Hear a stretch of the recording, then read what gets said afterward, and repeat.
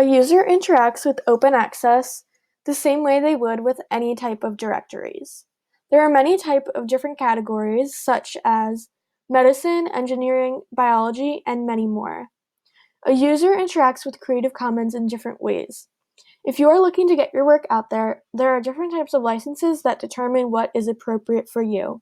Here is a list of different types of licenses with different factors involved.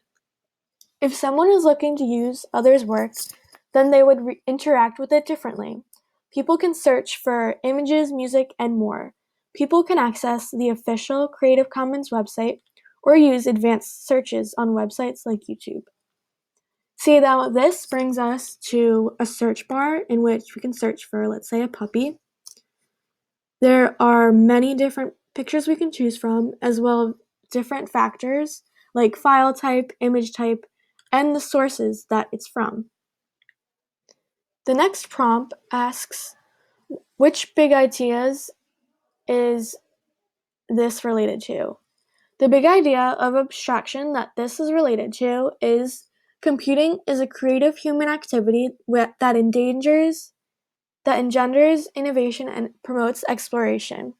Open access and Creative Commons both facilitate the exploration and creation of knowledge as they provide building blocks for people to use. Whether it's for academic or creative purposes, something larger can come out of both open access and Creative Commons. Moving on to relationship to data. The innovations consume data and produce it into something else. Articles by researchers that exist in open access journals can be compared to output. The authors do their research, which could act as input, and when gathered and put into readable, tangible reports, it acts as output. This output is put into the open access journals for which anyone can use. With Creative Commons, the situation is slightly different.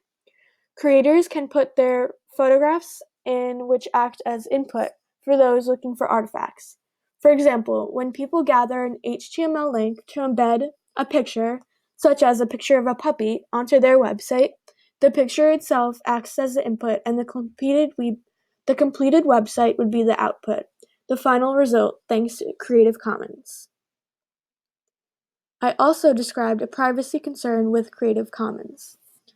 One concern related to Creative Commons is that if you put out your work, it can be used by anyone for anything.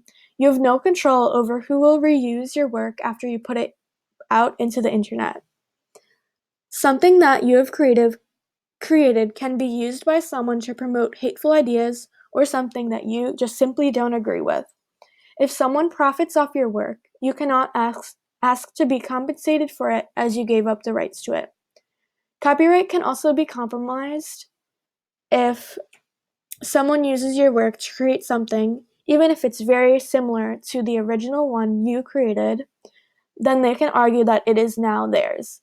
Issues concerning privacy can be very easy to fall into with Creative Commons.